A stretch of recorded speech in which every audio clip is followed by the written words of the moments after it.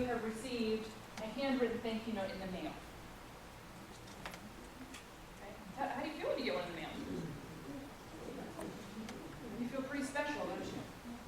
You're all probably wondering what this cooler is over here. I'm not giving it away. But trying to drive home the point of those differentiating factors, those wow moments, those times we're going to go above and beyond to create those really great experiences in our environments. You have somebody that goes to their water cooler at their job, at their whatever. You know, we just went and toured Now campus. We're considering going there. And I got this thank you note in the mail from the person that gave me the tour. And they're dialoguing with their colleagues and they're around the water cooler. This is my prop for where our conversations happen. Conversations can happen anywhere. A break room, the coffee pot, whatever. Many places, but that's what I like to tie, that's where the water cooler ties into the customer experiences. What are the internal customers saying about one another at the water cooler? And what are the external customers saying about us at their water coolers? What kind of experiences can we give them that can create that wow moment? That thank you note in this conversation that's around the water cooler with their other colleagues, friends, associates, whatnot, that you can't buy a newspaper ad that can give you that kind of endorsement.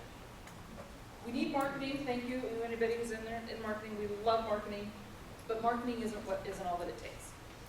It takes those real life examples.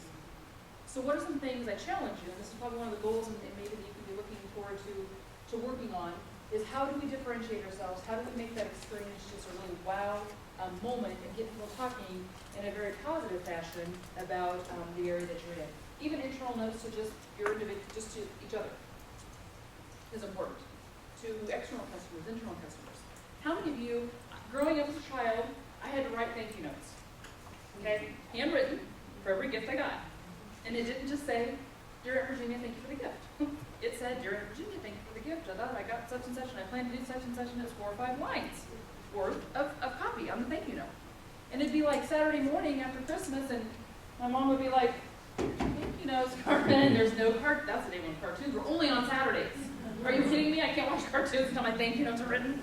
But that was something that she taught me at a young age, and I'm very thankful.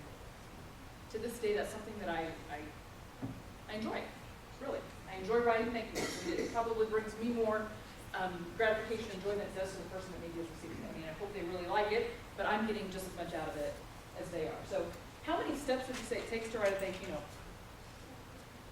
Several days, maybe 7? Lots.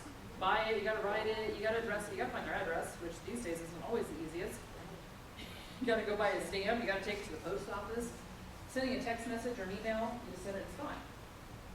I don't negate those ways of appreciation because all of those are important. Please understand that. But there is something about a written thank you note, as Shep well communicated, that a taxi cab driver, who would have thought, would have taken the time to do that. So we need to make sure to find those opportunities.